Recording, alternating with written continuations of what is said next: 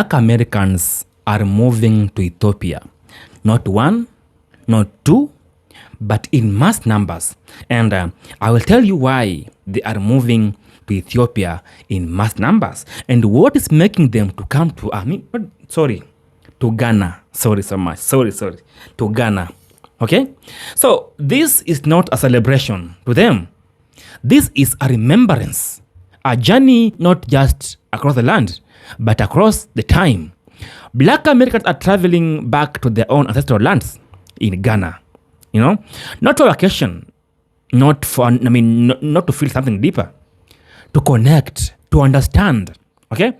To remember those who never made it back in their motherlands. You know, during the Atlantic slave trade, people were taken from Africa, many people. But many people didn't come back. Some died on the way. Some died in that cage. And it was painful. I have clips here. Watch them. I'll come back. Of the Son, then of the Holy Spirit. Amen. Ashe.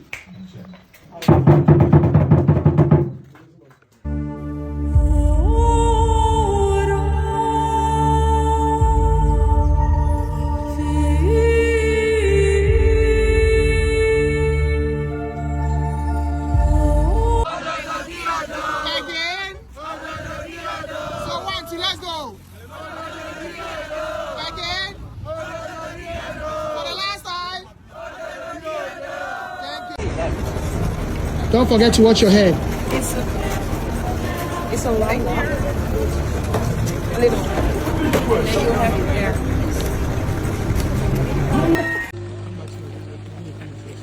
Strong lady. Let him come in front. Oh, well done.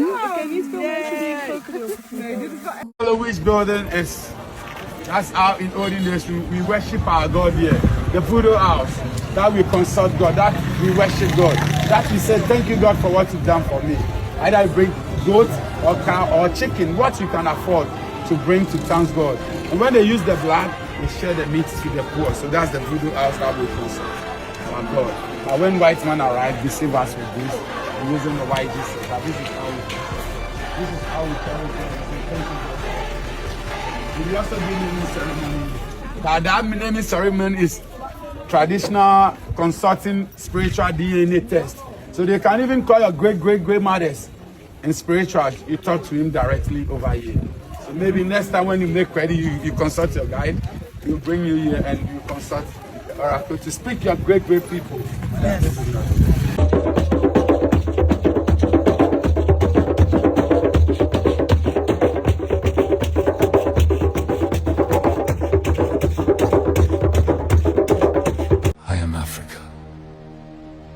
Ancient as the first footprints on dust,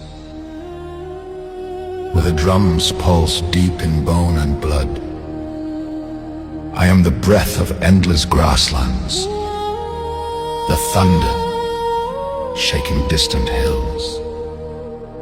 I am Ama Boatima, and I am here with my mother, Ama Adepa. Mother-daughter trip to Ghana. It was amazing.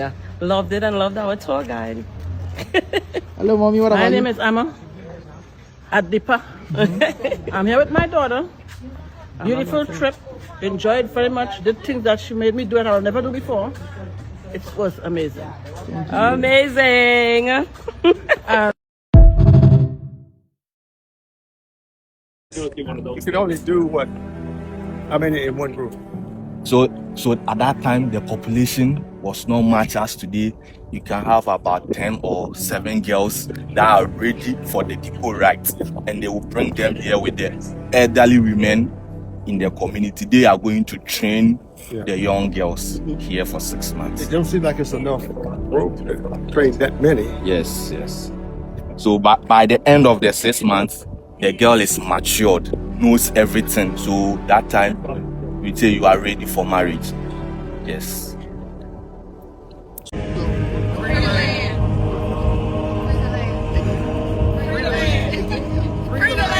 I have no memory of this. I am Africa. ancient as the first footprints on dust. Where the drums pulse deep in bone and blood, I am the breath of endless grasslands, the thunder shaking distant hills. I am Africa. Had the initials on it. So the other ones that did not have the initials on it were buried back or covered. Okay, so this is the only African man buried in the castle. His name is Philip Kwaku. His father was a local slave merchant or a middleman for the Europeans. Due to his father's submissions to the Europeans, they gave Philip Kwaku a scholarship to study abroad. He completed the school at the age of 24, came back to the castle. He was ordained as a priest here in the castle at the age of 24. He was also a teacher for the mulattoes, the kids that they had with the enslaved African women. He served the castle for 50 years, died at the age of 75. His original name was Kweku Ejiri. Since they couldn't pronounce the Kweku properly, they anglicized it to Kwaku. So you know, originally, a Wednesday born here in Ghana, we call them Kweku or Kwaku. So since they couldn't mention... For many Black Americans, this journey is personal. It starts with history. The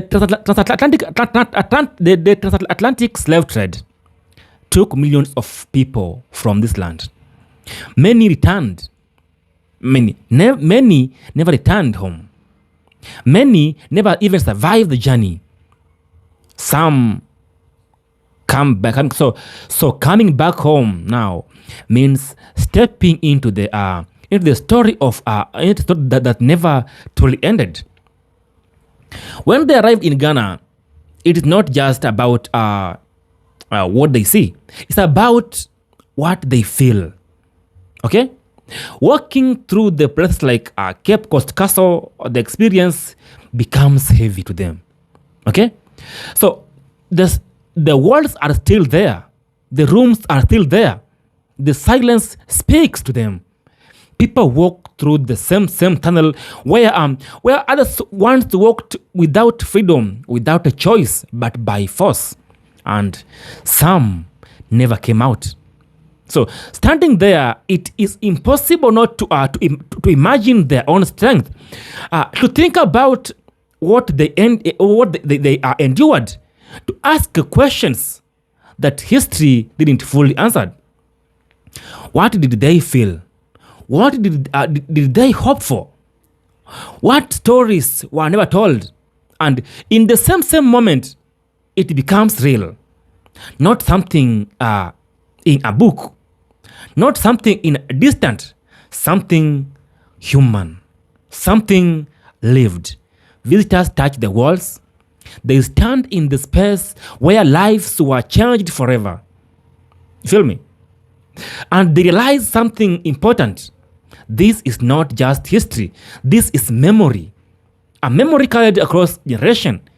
Some even reach search deeper into an identity, trying to reconnect with the names, language, and more meaning that were lost over time. Places like Jamestown carries a story that go beyond the names people know about today.